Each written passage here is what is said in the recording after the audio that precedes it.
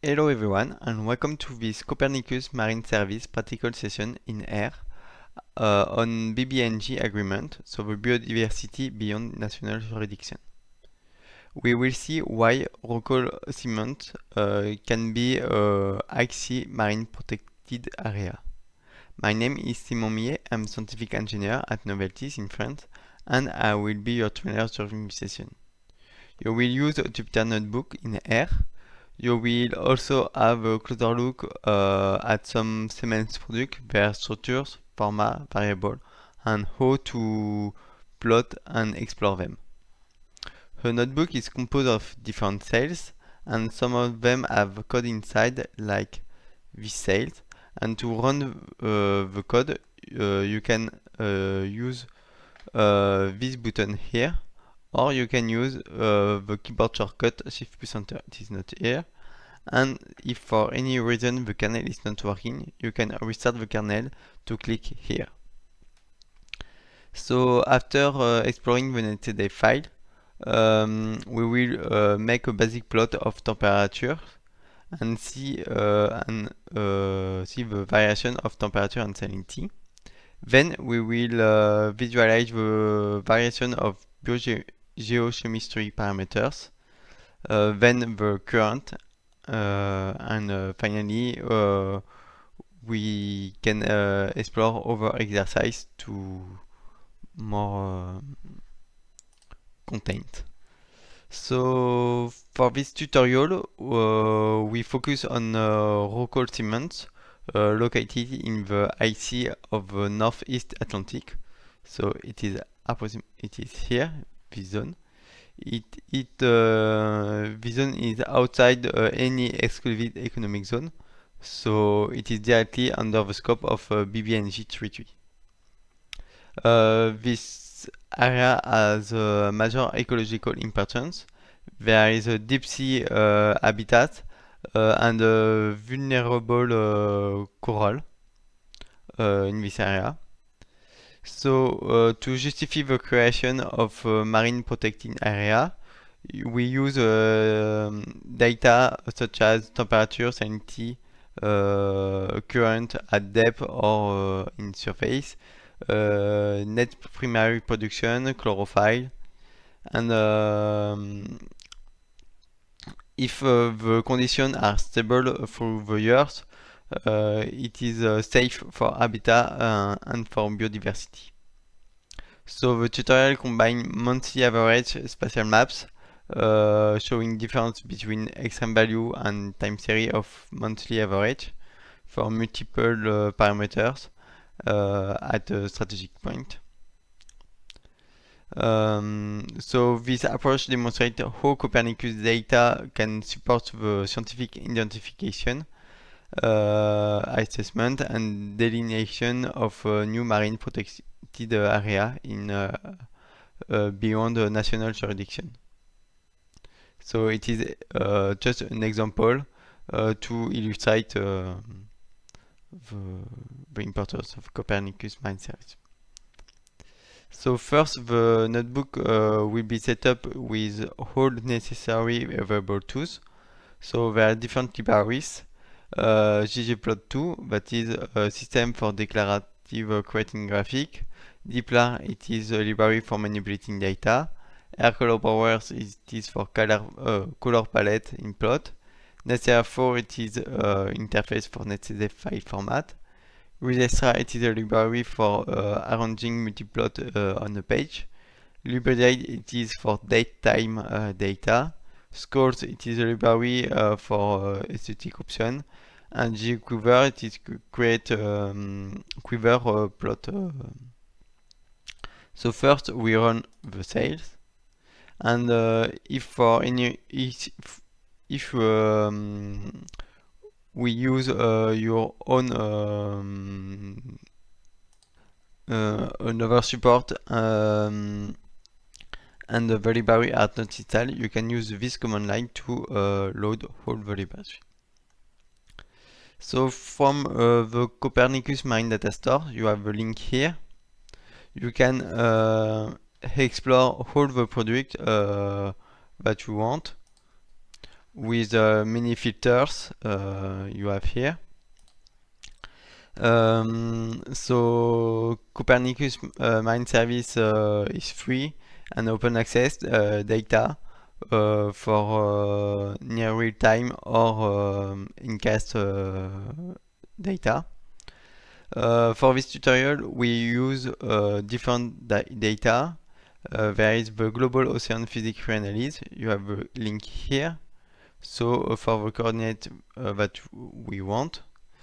On depths between 0 to 300 meters for current, temperature and salinity. And we will use a global ocean biogeochemistry incast data.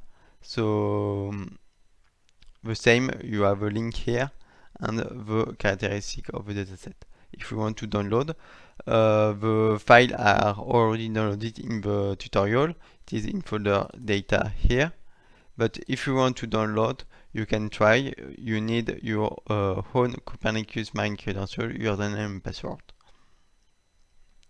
So first we load physics data. So first we set the path of an SCDF.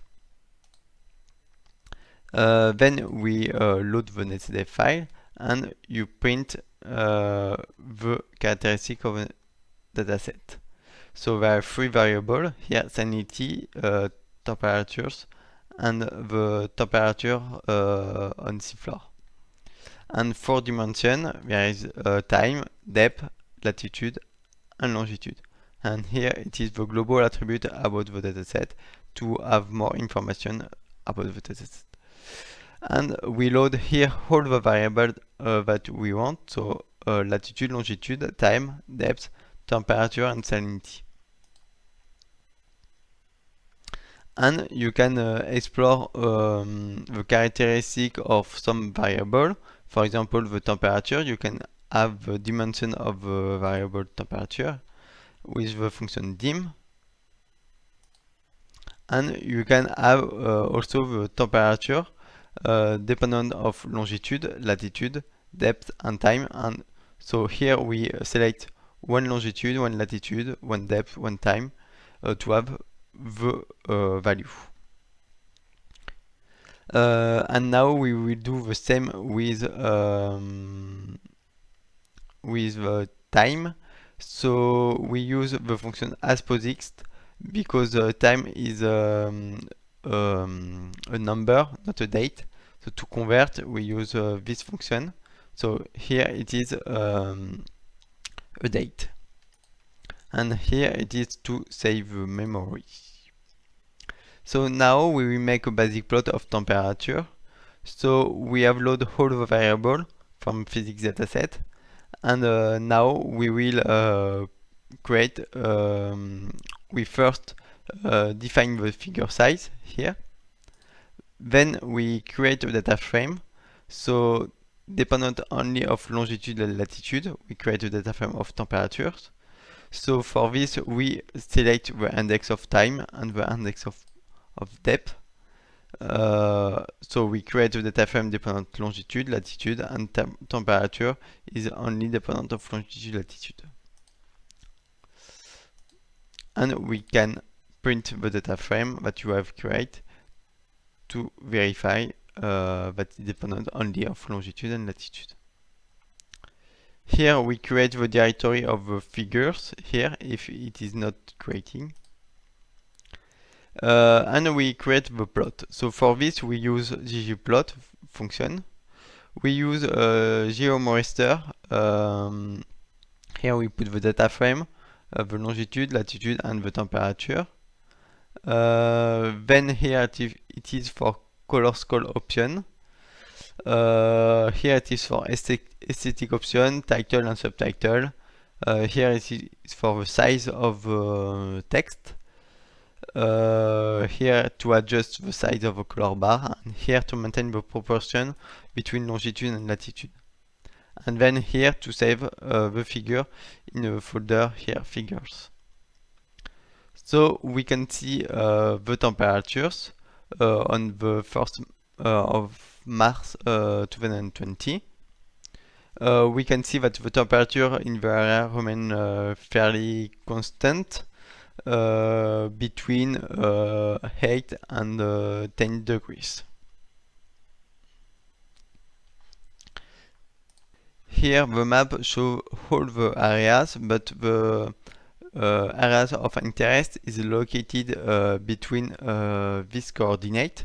So we now produce exactly the same plot, but we add a box thanks to this line to see the area of interest. So it is here, and you can see that the temperature is more constant. Now we will see the variation of temperature and salinity. So the goal of this analysis is to track how temperature and salinity change over months and years. So for this we calculate statistic between 2010 to the end of 2025 and create maps showing the statistic. So first we create a new data frame including temperature and salinity and dependent not only of longitude and latitude but on longitude, latitude, time and depth. So it is a large data frame. Then we subtype the data frame to retain only the area of interest, because here it is a data frame of all this value, and now we want a data frame only of in the box values. So sorry for problem.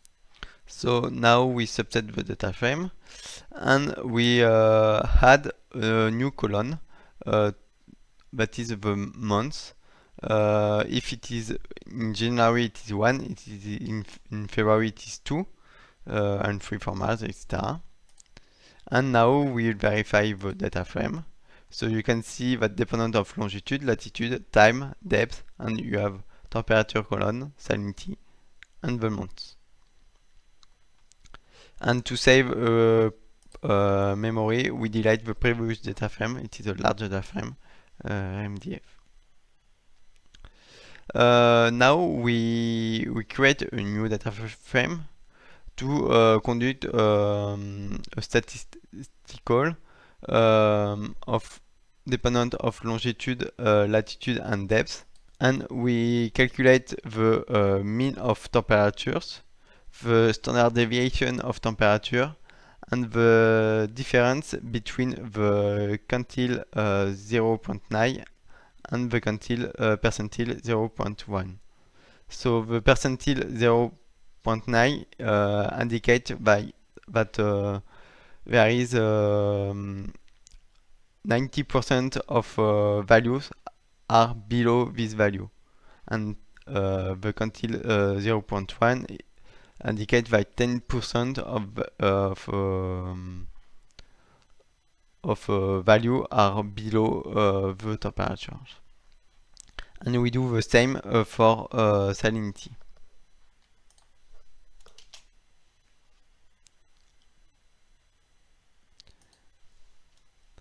And we verify the data frame.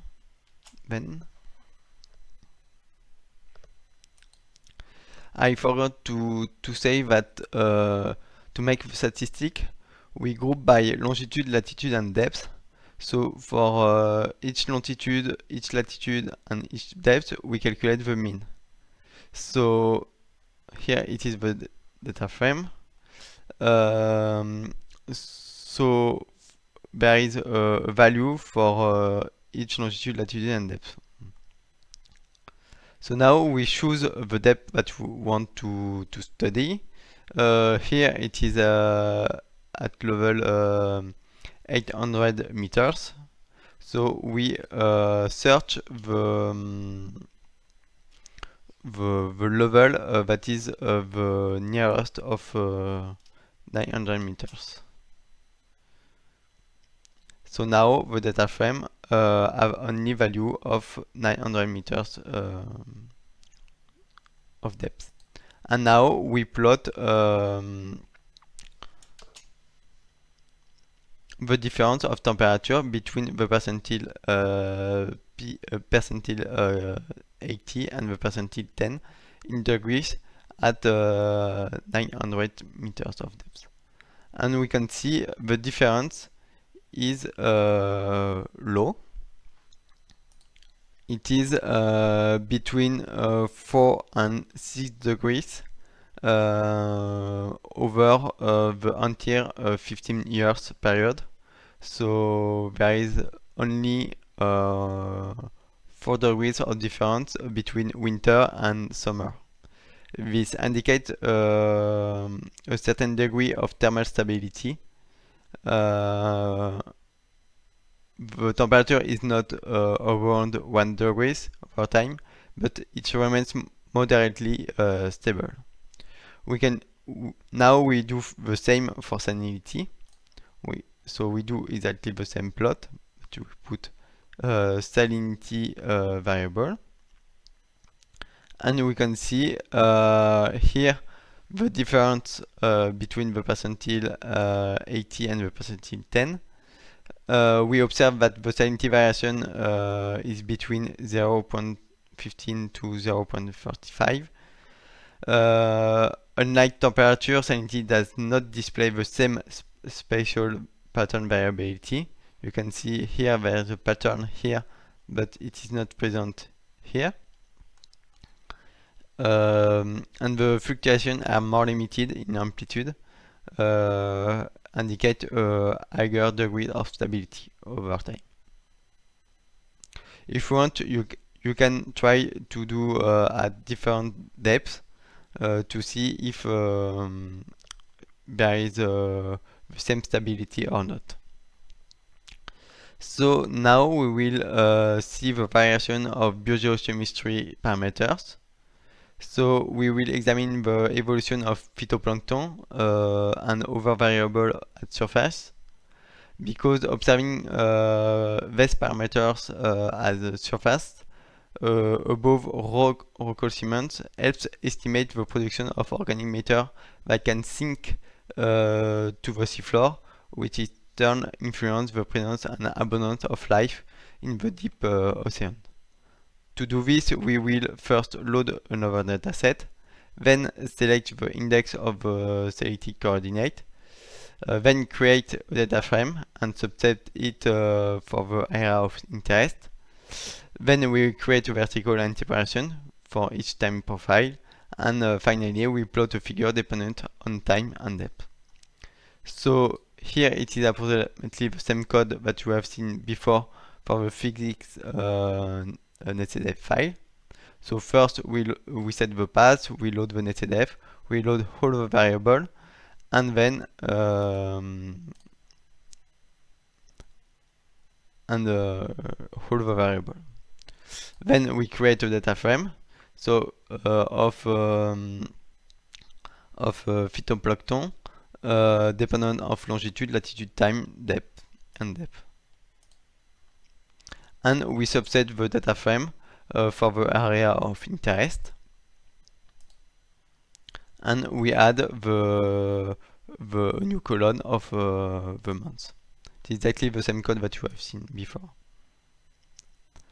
And then here we create we compute the monthly average of the phytoplankton variable across based on longitude, latitude, and depth. So we group by longitude, latitude, and depth, and month, and we do the means of phytoplankton.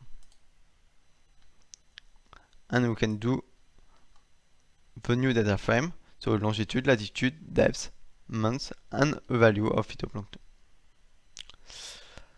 So now we have a dataset summarizes whole month across each year. So here we create a function to avoid repetition when plotting a map. So it is approximately the same code that we have seen before. Here we create a data frame with we select the month index. So it is in input of the function. Then we use ggplot, we use a raster for create the map, and then aesthetic and aesthetic option. So we run the code, and then we create a map for January, April, July, and October at surface, each 4 months. So it is P1, P2, P3, P4. So we put the data frame df stat, the index of months, 1 for January, 4 for April, 7 for July, and 10 for October. And the index of depth is here, it is 0 because we want to study the surface. And here it is the range of phytoplankton. And then here we first determine the figure size and then plot the 4 maps on a single plot. So now we can see the phytoplankton concentration at surface at different period of the years. So the phytoplankton concentration show a relatively consistent pattern through the years between 0.5 and 1.5 millimole per meter cube. This indicates a moderate but persistent level of primary production, suggesting a stable base food ecosystem, especially on the depth. There are seasonal variability, but it is moderate. There is more concentration on summer. This increase is principally due to the increase of sunlight, water stratification, and warmer temperature. So the data reveal moderate homogeneous seasonal distribution, highlighting the ecological stability of the area. We can do exactly the same code at the depth, at 900 meters, and we can see here the concentration is lower, around 0.5 millimole per meter cube, and with there is no seasonal variation. There is less phytoplankton in deeper water because sunlight is more important. There no impact at this depth, which they need for photosynthesis. As a result, phytoplankton are mostly concentrated near the surface where light is sufficient to support their growth. But you can see there is phytoplankton, so there is life on the depth. So it is very important for more species. Now we will see the variation of current, because current is very important for life, because current propagate eggs of different for fish or corals, and the current that do not be strong. It should be moderate. So in this section we will focus current and including how to create current maps with arrow indicating the direction. So first we load the netcdf file, then we create a data frame dependent of longitude, latitude, time, and depth. Here we visualize the data frame, so it is good. Then we create a column of months, and then we create a statistic dependent of longitude, latitude, depth, and month, and we do the means. It is exactly the same code that we have seen for phytoplankton. And here we select the month and the depth of interest. So it is arbitrarily choose to use the month of January and the depth at 20 meters. So we truncate with filters, and then here we plot the maps. Sorry, we are an error because I forgot to run this cell. It is the creation of a data frame.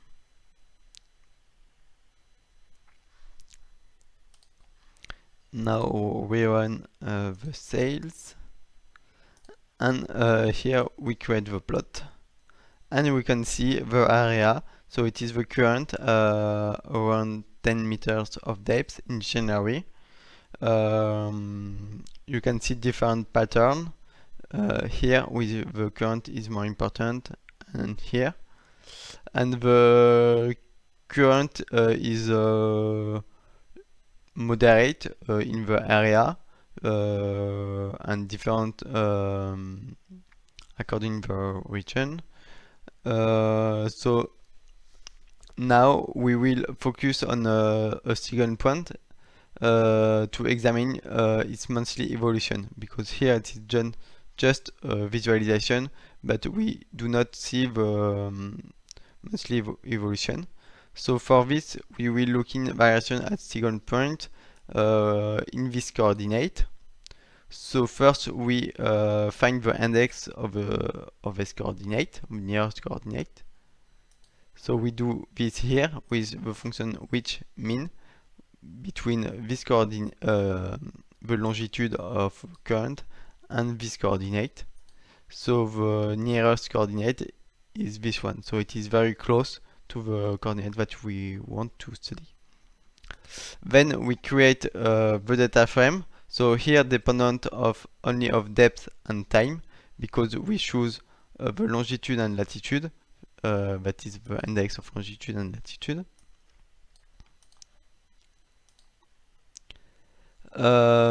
Here we add the corresponding months of the data frame, and we do the mean current dependent of depth and month. So the value, the variable dependent only of depth and month. And now we create a regular grid, vertical grid, because the grid of Marin Copernicus is not regular. It is very close to the surface, and then we go to the depth. Variation is less important, so there is less the gap between two depths is more important. So here we create a regular grid. So between the surface and 800 meters, and we have a value of for each 1 meters. And here we do the interpolation of the value. Oh, sorry. So now it is done. So we can see here the new data frame with the interpolation. So for the month of January, you have the depth, each 1 meters, and the mean current. And now we plot the figures. So we put the data frame, the month's name in X, and in the Y the depth, so, and the value the mean current. So the figures dependent of time of months and depth. and we put the value of current. So here you can see the mean value for each month of the current in the entire column. And you can see that the current exhibit a clear seasonal variation with high velocity in winter, especially in January to January to from January to March. Nevertheless, the speed is moderate, ranging 0.0 to 0.15 meters per second. So this observation indicates that the region is a relatively stable oceanographic in oceanographic condition, which are conducive coral growth and overall marine biodiversity. So this area can be a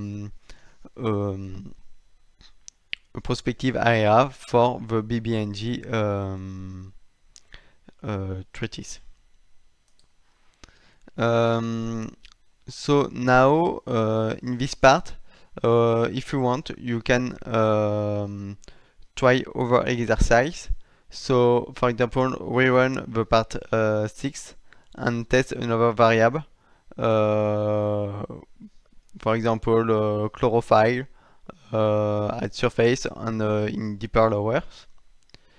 We can choose another location around the local cements to visualize the current evolution, because here it is in one point, but you can choose another point if you want.